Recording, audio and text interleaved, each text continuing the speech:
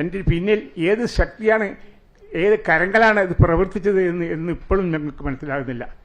അതുപോലെ തന്നെ ഇപ്പോൾ 100ാം വാർഷികം കുനിയിൽ വെച്ച് നടന്നു.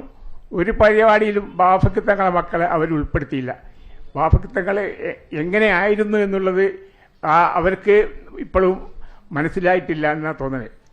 ഈ കഴിഞ്ഞ 8 വർഷം മുമ്പ് ജനാബ് മുത്തുകോയത്തങ്ങൾ ജിഫിരി മുത്തുകോയത്തങ്ങൾക്ക് സ്ഥാനം ഏറ്റെടുത്തപ്പോൾ ഞങ്ങളൊരു പരാതിയുമായി അദ്ദേഹത്തെ സമീപിച്ചിരുന്നു, പരാതി കൊടുത്തിരുന്നു. എന്തെന്ന് വെച്ചാൽ ഞങ്ങൾക്ക് ഇന്ന് ഞങ്ങളെ ഈ മീറ്റിങ്ങിൽ, പട്ടിക്കാട് മീറ്റിങ്ങിൽ ഞങ്ങളെ പരിഗണിക്കുന്നില്ല.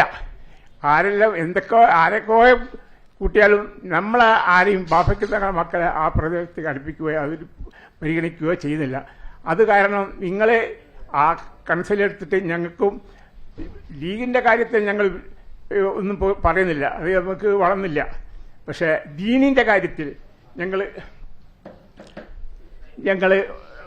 തീർച്ചയായിട്ടും ഞങ്ങൾക്ക് അതിൽ പങ്കെടുക്കാനുള്ള ഒരു അവകാശം, ആ മോഹവും ഉണ്ട് ഞങ്ങൾക്ക്.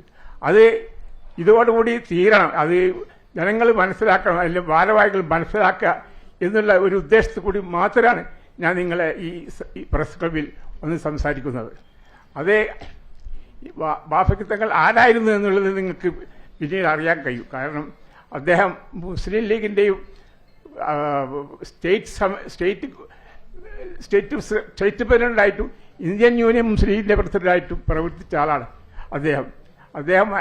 അദ്ദേഹം ചെയ്ത പ്രവൃത്തികൾ എന്തെല്ലാമാണെന്ന് നിങ്ങൾക്ക് മനസ്സിലാക്കാൻ കഴിയും. ഞാൻ എൻ്റെ ഡയറിയിൽ 1968 മുസ്ലിം ലീഗിൻ്റെ പാരമ്പര്യം അവകാശപ്പെടുന്ന മാത്രം പ്രാപ്തിയുള്ള ബാഫയ്ക്ക് തങ്ങളുടെ കുടുംബം ആ 68 മാനാഞ്ചിറ മൈതാനിൽ നടത്ത സ്റ്റേറ്റ് സമ്മേളനത്തിൽ ഞാനും ഫാദറും എൻ്റെ ജ്യേഷ്ഠന്മാരും അനുജന്മാരും എല്ലാം കൂടി ആ സ്റ്റേജിലുണ്ടായിരുന്നു. ആ ഫോട്ടോ ഞാനിവിടെ പ്രദർശിപ്പിക്കാം എൻ്റെ ഡയറിയിൽ. അത്